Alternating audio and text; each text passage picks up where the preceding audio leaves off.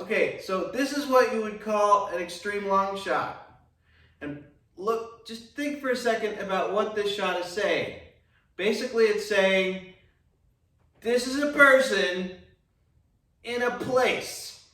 Now, compare this to the extreme close-up. Now you'll notice you're not even seeing all of my head. You're just seeing kind of most of my head. Like, you're not seeing the top of my head, thank goodness, and you're not seeing the bottom of my beard, which is fine. But what you are seeing is my, what? My expression. So, what might an extreme close-up be good for? Probably be pretty good for showing emotion, right? So, put the two together. What do you see?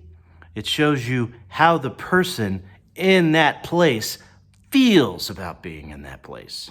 And there are other shots too, right? This is what you would call a medium shot. And this is really where the rule of thirds starts to become important, right? Because yes, you can see that I'm a person. You can see that I'm in the place, but you still have enough of a sense of what's going on with me to see how I feel about it.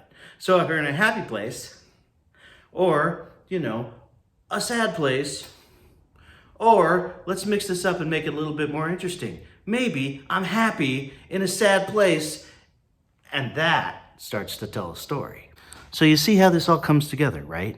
Like all these little bits and pieces of how we do this and how we tell the story and how we pick what we're showing starts to convey a lot of really special information about what it is we're trying to say.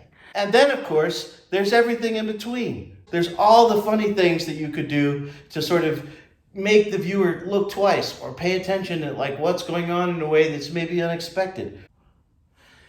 And sure, that can be something as far out as turning something upside down, but it could also be really, really subtle, right? The important thing is that you think about it when you're doing it, right? And by thinking about it, what you'll end up doing is coming up with new and creative things to say, and it'll completely change your idea of what your story is about.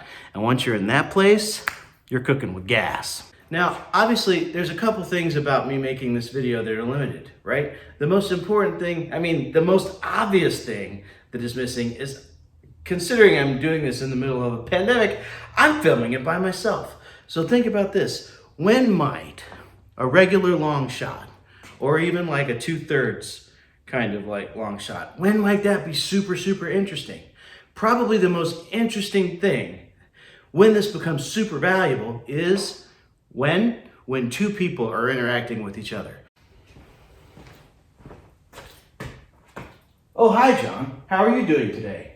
Yeah, I'm doing pretty good, but I have to admit I'm getting a little tired of this whole pandemic thing. Now, you see what I mean? It would have been very hard to have staged that whole conversation if we were doing it in extreme close-ups. Although I suppose you could. Okay, so just to recap.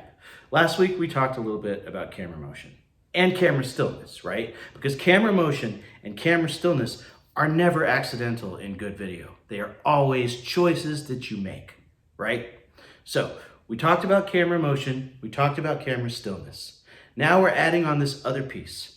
And the other piece is just very simply, what are your shot types? What are you trying to say? If you're conveying a feeling, go for a close-up. If where the person in the shot is very important, do a long shot or even an extreme long shot, right?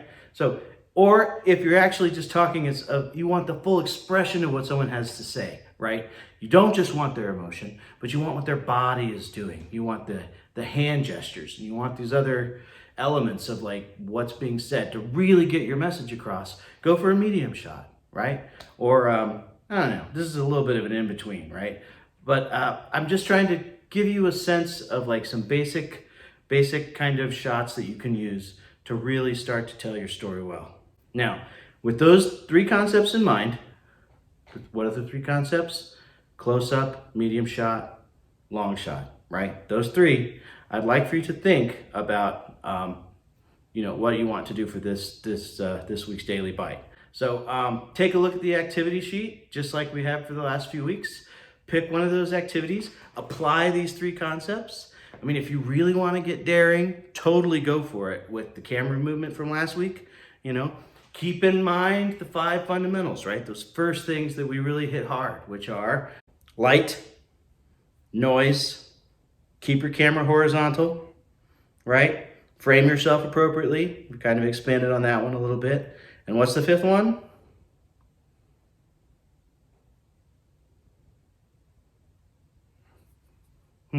What is the fifth one? I can't completely remember. A little longer than a few minutes later. Oh, I remember rule of thirds, right? Obviously, rule of thirds. Okay, and one other thing I want to say to all this, because it's very important. These are concepts, right? It's easy to think of these, to everything I'm saying, as some kind of rule. These are not rules. These are concepts, okay? Concepts are tools that you use to express yourself as clearly as you can. And once you kind of get a sense of how this works, you watch television, you watch movies, you're going to see these choices being made all the time. And the more aware of that you are, the easier it's going to be for you to do that yourself. The important thing is that you have a sense of these things and you can use them when you need them. And you practice these things so that you know when they're appropriate to use.